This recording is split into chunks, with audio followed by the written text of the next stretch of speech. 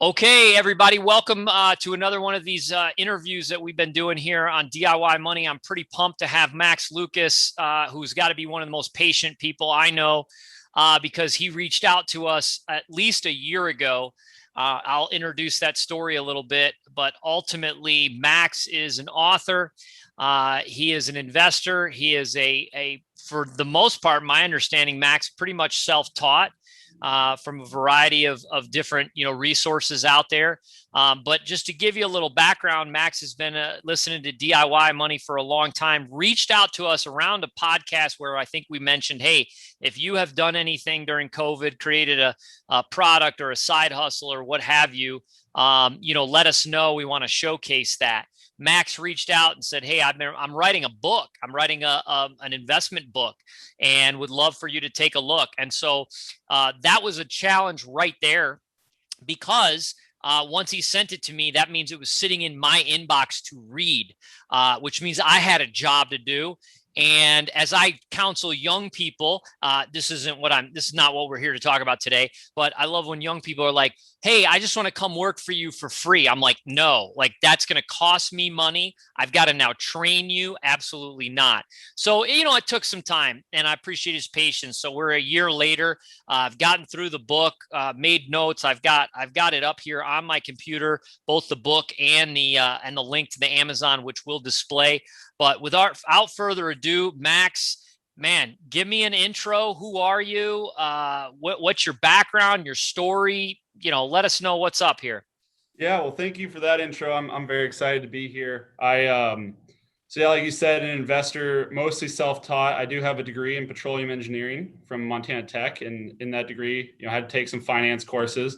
But on the investment side, yeah, definitely self-taught. A lot of resources out there. One of the best ones for me was DIY Money. That definitely one of the things that taught me to take control of it on my own. I did reach out to you guys about a year ago. Definitely a different time for myself and for the world, with that being said there. But I was very excited reaching out to you guys. Thought you guys had a lot of good advice, a lot of good resources. One of the things I reached out to you about was actually how to get into the world of finance. At the time, I had a job in petroleum engineering. It was rescinded. My job offer was due to COVID. And it was definitely a difficult time trying to figure out what to do. I knew I had an interest in investing and in finance. And so I reached out and thought, hey, how can I get involved in finance? What's the best way to make that job transition? One of the best things you guys had actually messaged me back on Instagram telling me was just to go reach out to people, just try to make those connections. Finance is definitely, in some regards, a good old boys club where, it's kind of hard to break into, especially if you don't have that professional degree in it. So I just reached out to as many people as I could and moved to Washington with my girlfriend. Our landlord actually happened to work at a bank, and I was able through her, reach out to a financial planning company and get a job as an intern in wealth management. And then now I work as a loan officer at that same bank. So I appreciate your advice. It was a long time coming to get this interview and to work with you guys, but you guys were helping me even before now. Holy cow. So wait a second here. So you basically, not only did you write a book, but you've had a total career change. You're now in finance. You started as an intern as a wealth manager or in a wealth management firm after having a degree in petroleum engineering, and now basically doing loan as a loan officer at that same bank. That's amazing, man. Congratulations. I love that. I love when I hear people say, "Hey, I really want to do this." It's one thing to say it. It's another thing to do it. As you know, I'm a big proponent of that. Life is too short to just kind of have a wishy-washy objective. I think you got to go after it. So it certainly sounds like you have. So I mean, that's fantastic. Congratulations, Max. I mean, I know it's probably not PC, but how old are you? I'm 24. Yeah, no worries here. Okay, so 24 years old. You live in Washington I do. State, I presume, right? That is correct. All right. So you live in Washington State. You moved. When did you move? Did you move during COVID or pre-COVID or what? I did. So I moved around quite a bit. So I started in Butte, Montana, where I went to school. Thought I was going to be working offshore Louisiana for Schlumberger. That was set to start April 1st. I then had it pushed back to June, and then it got rescinded as oil went negative there. Not a good time for Schlumberger. My girlfriend also was supposed to work for Freeport McMoran. She has a degree in metallurgical engineering, and her job also got rescinded. So we were kind of hobbits for a little bit, Wow. moving Yeah. around. My parents' house here in Washington and her parents' house in Montana. So moved around a bit, and then she got a job back here in Washington in engineering in August, or yeah, I think August 1st was her start date. So we moved back here to Washington, and then our landlord, like I said, was working at a bank. So I thought, perfect time, just got to reach out and network. That's fantastic. Well, congratulations on that. I mean, it sounds like you've got a gem too with the girlfriend. We'll be talking about the ring fund with the same thing I do with Logan. I don't know what it is with all you all, having lives together and no rings, but look, I'm not here to preach, so it is what it is. All right, let's talk a little bit about your financial journey. So, I mean, where did this book come? First of all, the book, The New Investor, obviously published by yourself, so you can look up The New Investor, or you can look up Max Lucas, Lucas. We'll put the link out there. Portfolio management, bonds, options, stocks, investing basics, and strategies. Here's what I liked about the book. I thought you did a really, really nice job taking someone who may have a very rudimentary understanding of this subject matter, breaking it down very simple, and very easy to understand. As literally a professor of finance at the University of Kentucky, one of the things that I try desperately to do is to take the kids, and most of them, the kids that I work with, are seniors. They've got all the financial classes under their belt, but practical application they are missing. They are missing the practical application. So when I share with them, hey, what happens if interest rates go up here in the next couple of months? And they go, I don't know, my credit card's higher. I mean, there's no connection to the world, to the the economy of the market, et cetera. So I really liked this. This probably wouldn't have come to fruition if you jumped right in how to buy GameStop. I thought you did a really nice job. So that's a little bit of a plug, but give me the background and spare no detail. Why this, what's the deal? Why'd you end up with a book, et cetera? Yeah, for sure. So being in college, that's really where I got the idea for the book. I had, like I said, I'd taken finance classes, basic economics, macro and micro, and then another just more time value of money type basic, more economic concepts, finance concepts. And then we also had professional project evaluation, which is more of a engineering type, this is the time value of money. This is a hurdle rate. These are the type of things you're trying to beat, right? So those concepts it was an easier class, I would say, in the engineering curriculum compared to like differential equations and fluid dynamics and classes like that. And a lot of the engineers struggled with, money topics. They could do this complex math, but as soon as you put a dollar sign in front of it, they just struggled, or they didn't care, or it frustrated them. And it was frustrating to me to see people who were going to make these high dollar salaries, engineers, nurses, people like that, going into these industries where they had the opportunity to really create generational wealth for themselves and their heirs. And it was frustrating to me to see that they were just going to blow that all on buying a lifted, $50,000 truck and, not invest in any of it. And so I thought I have to come up with a way to be able to, since I've learned how to invest just through natural curiosity, that I got to be able to teach these people how they can do that for themselves, how they can take these salaries, starting out, especially in petroleum engineering in the good times, at 6-figure salaries, and turn that into wealth for them long term. Because eventually you're not going to be able to work, you're not going to want to work. But if you can let the smartest people in the world, if I can have Jeff Bezos working for me because I invested in Amazon, that's where I want to put my money. I don't need to be as smart as Jeff Bezos. I just have to let him work for me. Right. And they work. I love that. I love that. So just, you might have, I have used this analogy by buying a decent size in Pfizer, right or wrong, not investment advice. But I always say, hey, I've got 47,500 people that are now getting up every day and going to work for me.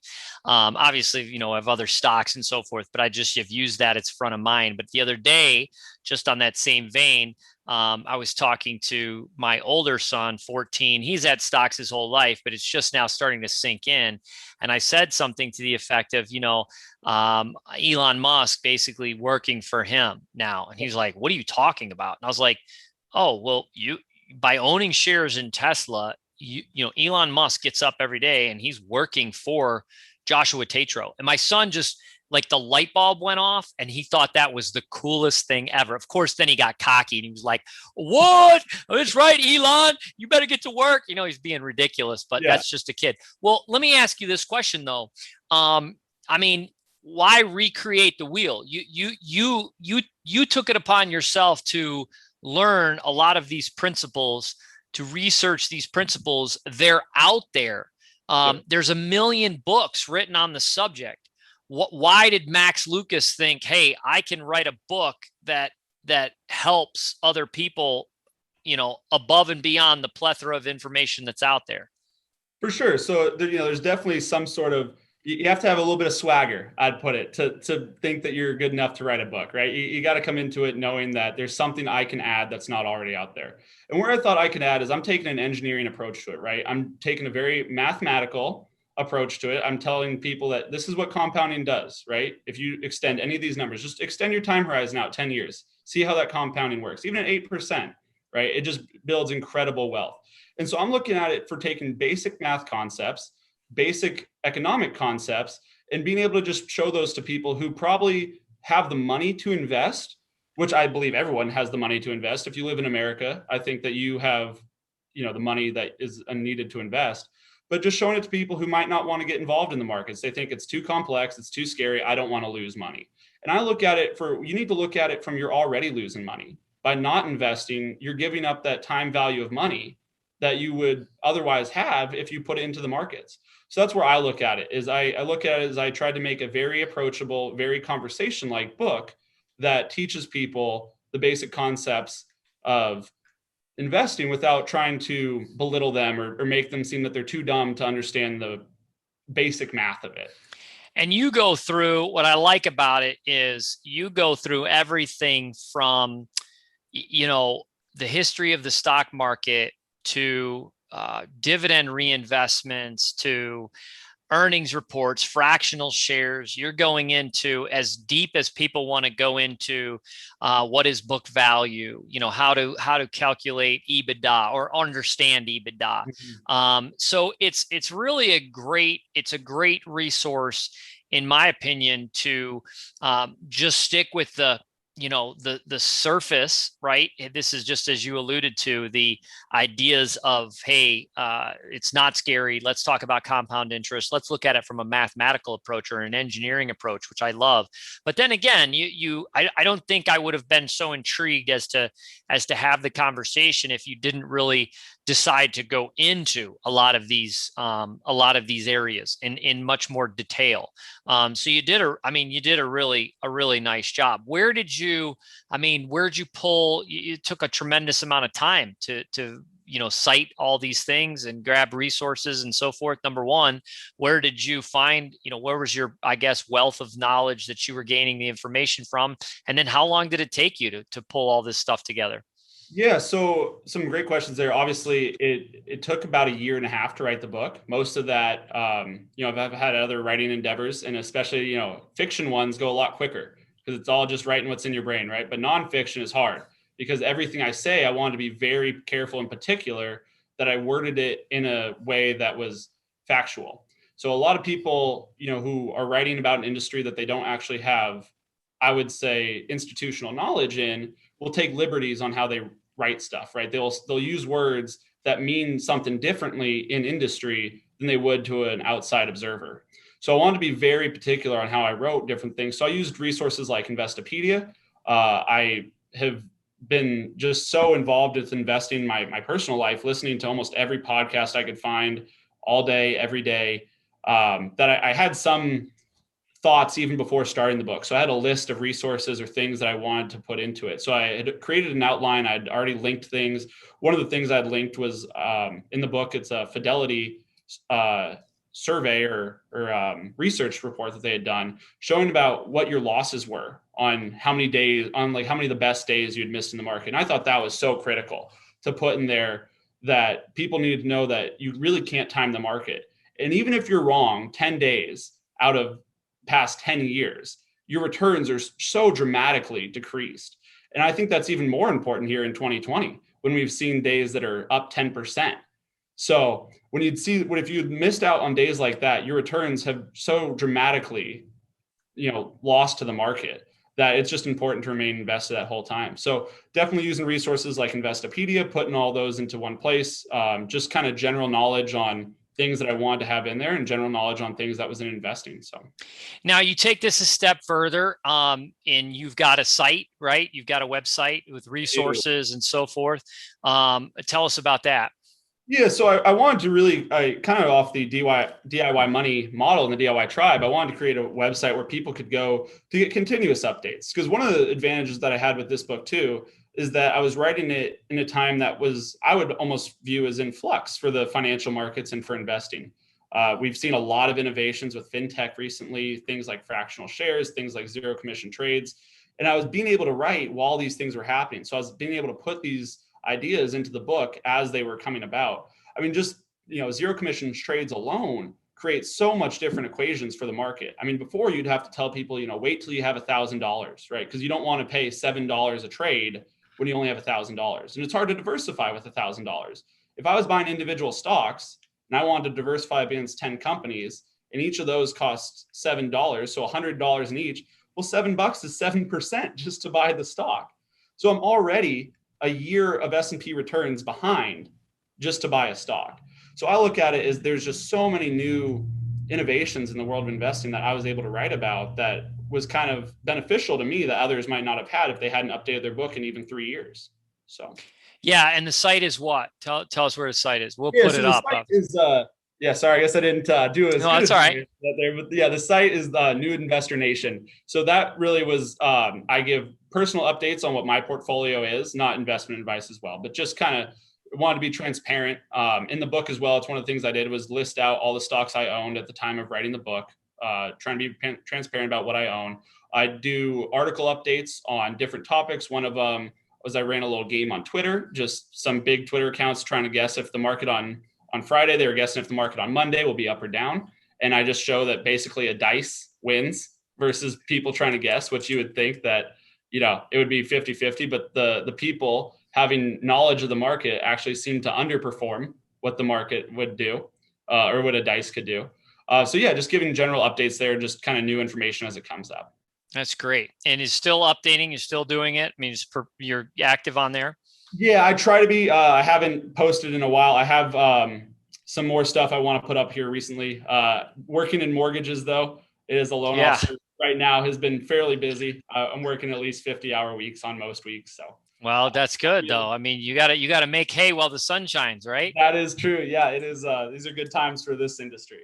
So what would you say? I mean, let's take it back to someone who's just, getting started. So we just had a boot camp through DIY. It was amazing.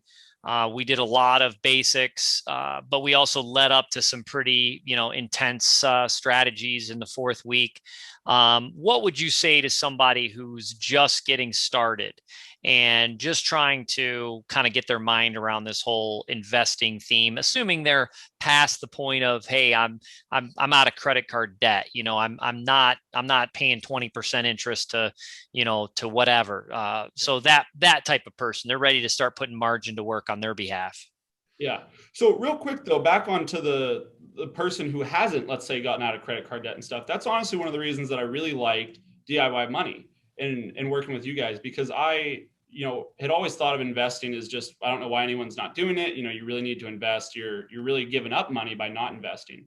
And then when I started working in wealth management, I got to see how much bigger the spectrum of financial planning was and how big the perspective of personal finance was. And so it was interesting to me coming from just a purely investment side to see what the whole picture was. So especially now working as a loan officer and seeing, every day I'm seeing people's finances, right? I'm seeing their debt ratios.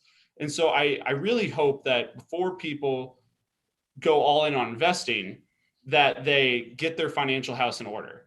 So as much as you guys stress that, I want to, mirror that and stress that as well. That, one of the nice things I had when I started investing was I had the money to lose. It didn't matter to me. It was a few $100 that I had started with, from my job. I was working as a car hop at Sonic, making some tips there.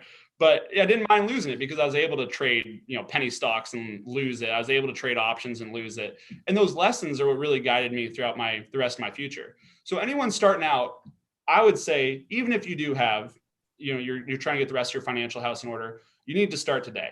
I would open up an account. I like Fidelity, but Robinhood is great too for getting people started. I think, unfortunately, it kind of incentivizes bad behavior, but it's easy to start. So open up an account somewhere, put $10 and make a week and make it automatic. I think most people in this country can afford $10 a week.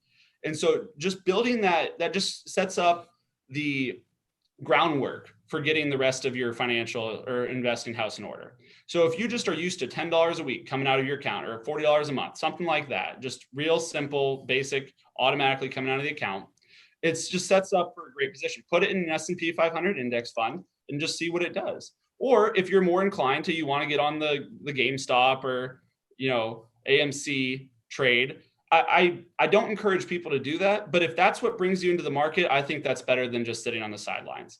I personally believe you'll lose most of your money, and it'll be a good lesson, right? Because you've lost money early on. One of the best advantages I had too was I started investing when I was about 17. So having started that young, most of my earnings are ahead of me. So I don't even care if all the money I've had invested up until now goes to zero, because it's just the amount of money I have invested right now compared to what my future money or earnings will be is just so minimal. So investing and learning those lessons young is just so beneficial to anyone starting out. Yeah, I totally agree. Who is your influence? Who instilled this behavior in you that you were around as a child? I think I had always been someone who was looking to be entrepreneurial. I had done just some entrepreneurial stuff as a kid, working for doing the typical yard work, and then reselling stuff at school when I was younger. Having my parents buy stuff in bulk and then reselling it at school, and things like that. Just always had that drive to make that return, right? And I think especially when I and then when I heard about Robinhood, it's just a way to make more money. But then especially when I got to college and started hearing about return on investment and hurdle rates and compounding interest and things that really lend well to investing, it just really clicked that investing was so much easier way to do it than being an entrepreneur. I look at an entrepreneur is just a bedrock of this country, but I also look at it as the only person who's willing to work 80 hours to avoid working 40. And personally, I like making my money easy. I don't want to have to work that hard for my money. As much as I like people who will, I like being able to wake up on a Monday and realize, like we had said before, that Elon Musk has been working all day for me. So I don't need to work that hard. So that's where I really just clicked for me that why am I trying to make money the hard way when I could go make money the smart way? I like that. That's a great phrase, by the way. So I want to go back to something you said, because I'm a firm believer in as well. You're going to learn from your mistakes. And even if like I said, my 14-year-old, we've built accounts for our kids over time. And so at 14, his account is decent size, but now that he's working, he actually has his first job. He's now putting some money into a different account. The account's still in my name. He doesn't really know that, but he's putting money in there. And I'm mandating, you gotta pick the stock you're buying. Like I don't care what it is. He's like, well, I don't want to lose money. I said, it doesn't matter. The reality is you're gonna learn. And if you lose money, then you're gonna go, holy crap, maybe I need to do some research, or I need to learn how not to lose money. So that's the whole objective.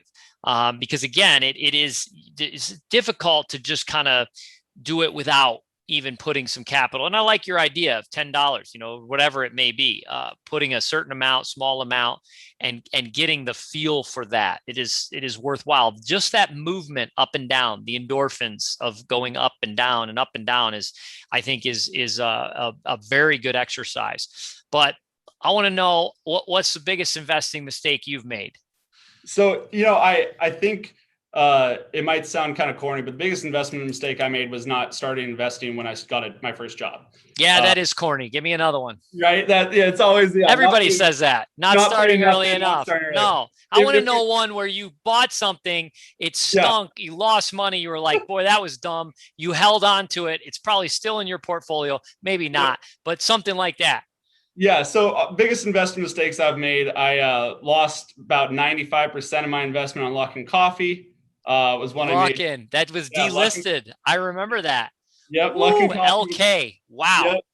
There's I'm sure I've lost 90, percent on penny stocks that I bought when I first got started. What is that? I know you talk about it in your book, but what is a penny stock?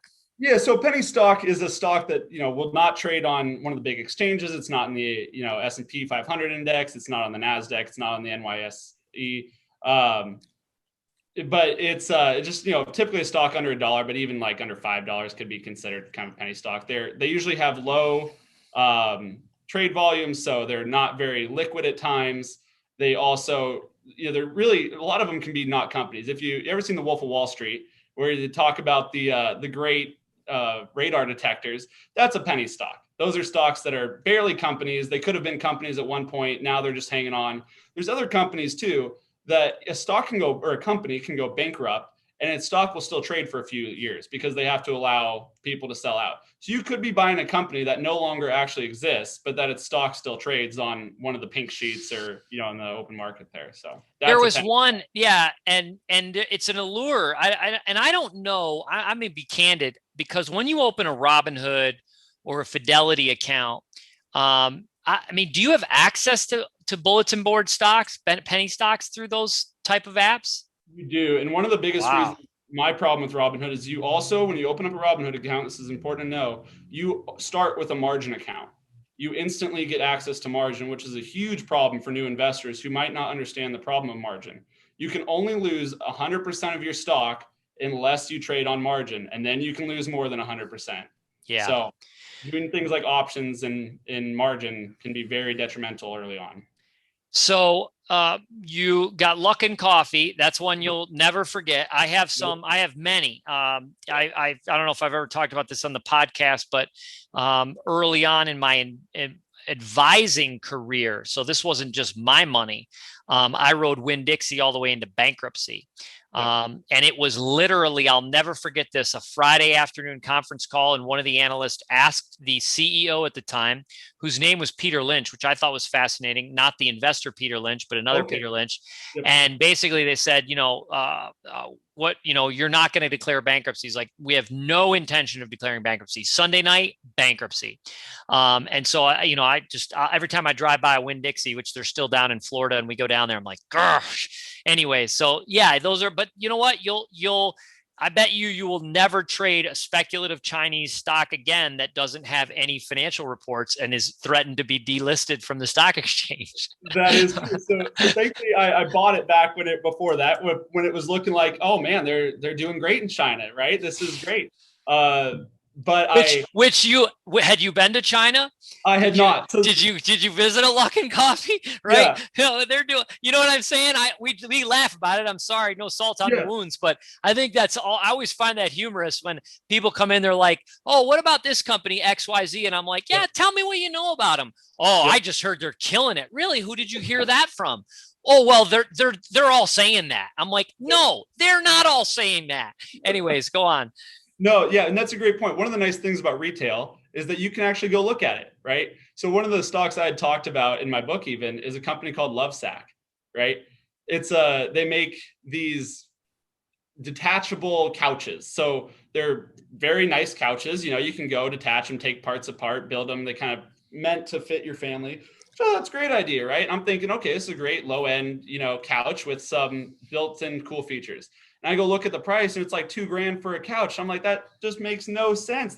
I instantly sold my position in it because I thought I don't like this company, even if it performs well, which I think it did over the pandemic when all the furniture was going big. But I had no interest in owning it because I have no interest in the product. And that's one of the nice things about retail. You just gave me a great idea. And, and I talked about this on the podcast because one of the classic mistakes, other than, I've had hundreds of blow ups over the years. Yeah. I mean, I don't trade biotech stocks. They blow up, I mean, just there's a variety of rules that I've developed over the years. But I always think back, if I would have just bought all the companies that I used and really was high on, and two of my best investments, personal investments, was Garmin. This is recent, within the last 10 years, Garmin and Deckers. And Garmin for the watch, I was a runner, and I had a Garmin watch just as they were emerging. And I actually did a deep dive fundamental valuation on them, and they were just very attractive. And then Deckers, which bought Hoka and Hoka running shoes, which I buy religiously, and a lot of runners I know are the same. So, but that's count. I mean, you factor that times infinity for all the other companies, whether it's Netflix or Amazon or Apple or you name it. So one of the things I think is fascinating, and it still holds true to this day, is I get these young investors and they're starting to invest. And then I'm like, oh, what do you own? And they're like, Luckin Coffee, just as an example, or I own, what XYZ company. And I'm like, what do they even do? And they're like, I don't know. Somebody on Twitter recommended them or somebody. And I'm like, why don't you own what you actually use? My son, who, as I mentioned, I just keep coming back to him because he's in that frame, whether you're 24 or 14, if you're just getting started, you're kind of at the same level. Intellectually, maybe not, but you're just getting started. And I said to him, you can buy anything you want to buy. He wanted to buy Nintendo, and he had a great rationale for it. Apparently they've got some new games coming out he's pretty excited about, whatever. I love the Switch. It's awesome. Well, but that was one of the few, because it's an ADR, American Depository Receipt, he could not buy fractional shares. So he ended up buying some Microsoft, which I think he just kind of bunted, and it was like, well, I'll just buy Microsoft then, which is fine.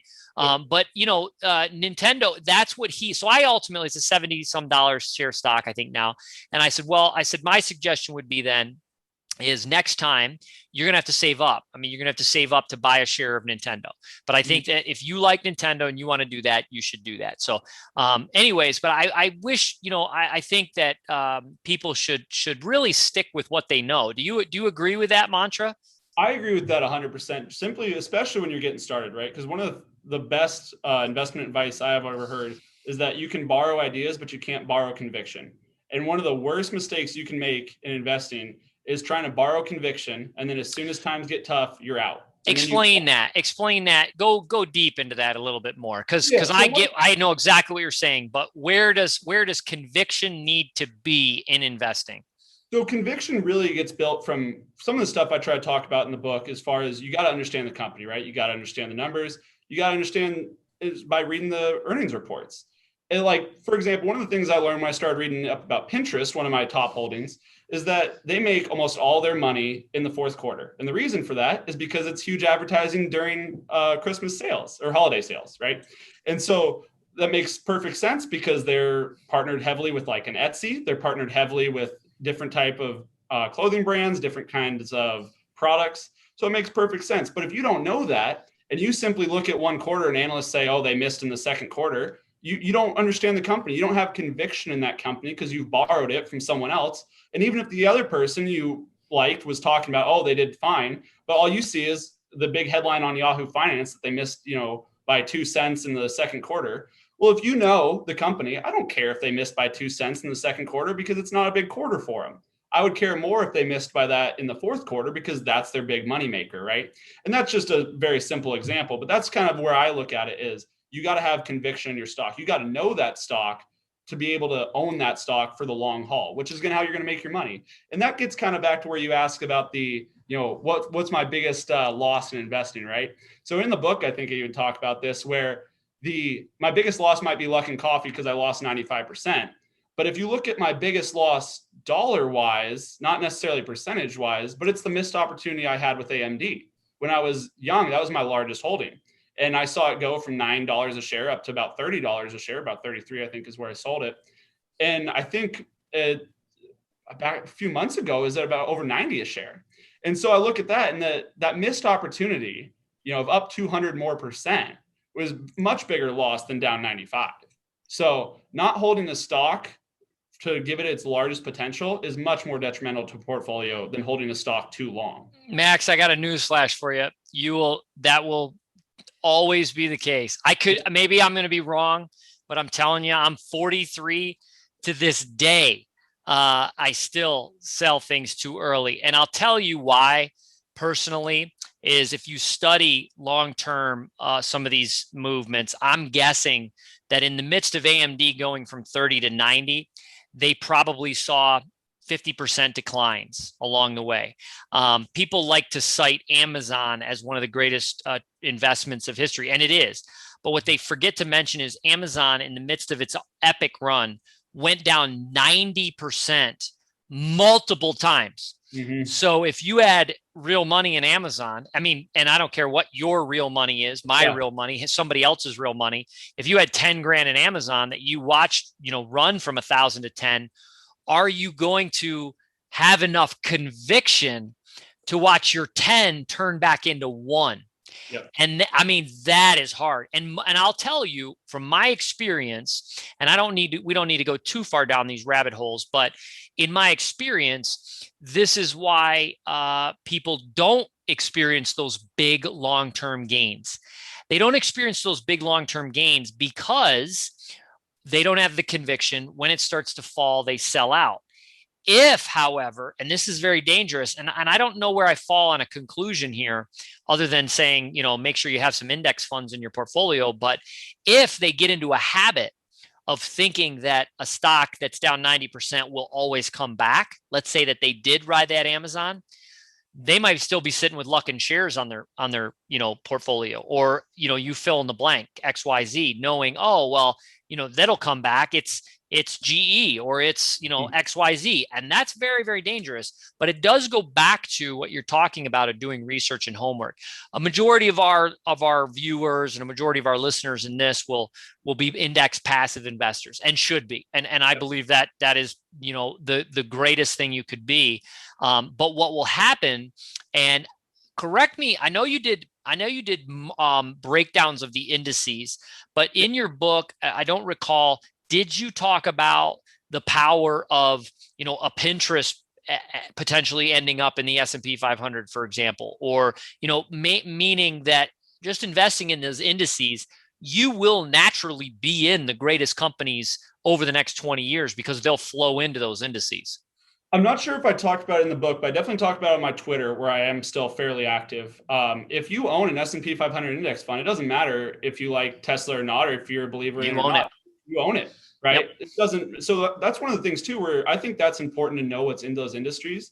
Because if I have my whole 401k, let's say it's not, but let's say it's a $500,000 401k, right?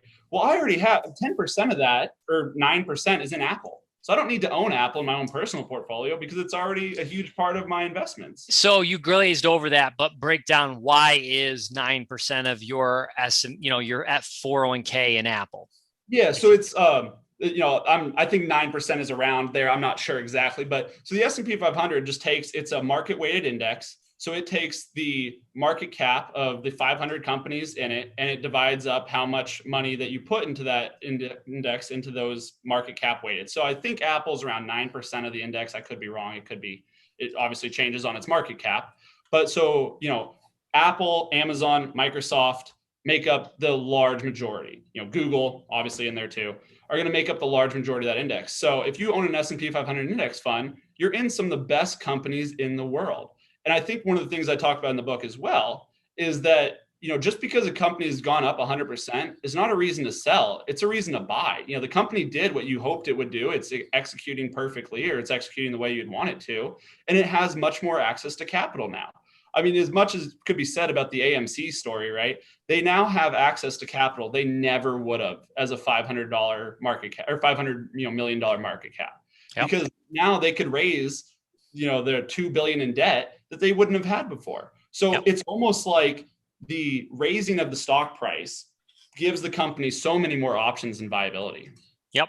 And I think we just saw that. Didn't they just do an equity? Aren't they doing a secondary or something? Then I think they did. I think they got permission from their shareholders to raise another like 1.5 or 2 billion in shares, which now dilutes them almost nothing. Whereas before it'd be a 400% dilution over the market cap. Right. Yeah, and actually, the one that did it today that I was thinking about was Carnival. Okay. They're doing a huge offering. Yep. Okay, we're getting a little long-winded, so I want to kind of wrap it up. But I want to give you the podium. What do you want to share with people? Because this is evergreen. This is going to be out there, in 2 weeks, 2 months, 2 years. So, what is it that you want to share with folks that are checking out this interview?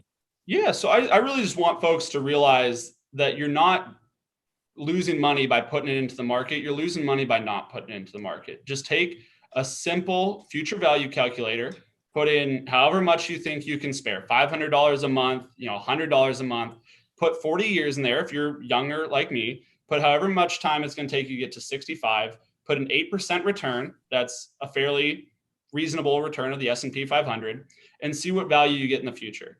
That's what money you're missing out of. And then every time you're not going to invest, take that year's return. So 40 years, let's say you're starting out with, decrease it to 39. That's what happens if you start next year. Decrease it to 38. That's what happens if you start the year after. And it really will show you that you want to start this year. You want to start right now because you're missing out on those returns. It doesn't matter if people on Wall Street are saying it's a bad time to invest, that inflation's is this. It's always going to say it's a bad time to invest because that's how they make their money, is by telling you that you need to listen to what I have to say because I'm the oracle, and you need to buy my course, or you need to buy this service to be able to know if it's a good or bad time to invest. And the truth is, it's always a good time to invest. You should always invest right now because the worst time is in the future. I love it, Max. That's fantastic. We'll put this up. Destin will put everything on the video screen here. But The New Investor, you can find it on Amazon. You can check out The New Investor. Tell me again. New Sorry, Investing Max. Nation is the New website. newinvestingnation.com. So check that out. We'll have Max back. I love it. I will give you one challenge, Max, and that is I don't think you should be a loan officer for very long. I think you should make sure you get back into the financial advising world. If that correlates when we expand the wealth management or the wealth development offering for planners around the country, maybe we'll pick you up. But in the meantime, yeah, you're doing well. I'm sure you're killing it in that industry, but I think the eyes have to be on the long-term prize of you helping people directly with their overall financial plan. I think you're a gem at that. So don't lose sight of that. Well, thank you, sir. Appreciate it. All right, my friend. Thank you again for joining us. And again, check out Max's book. You will be very, very happy that you did.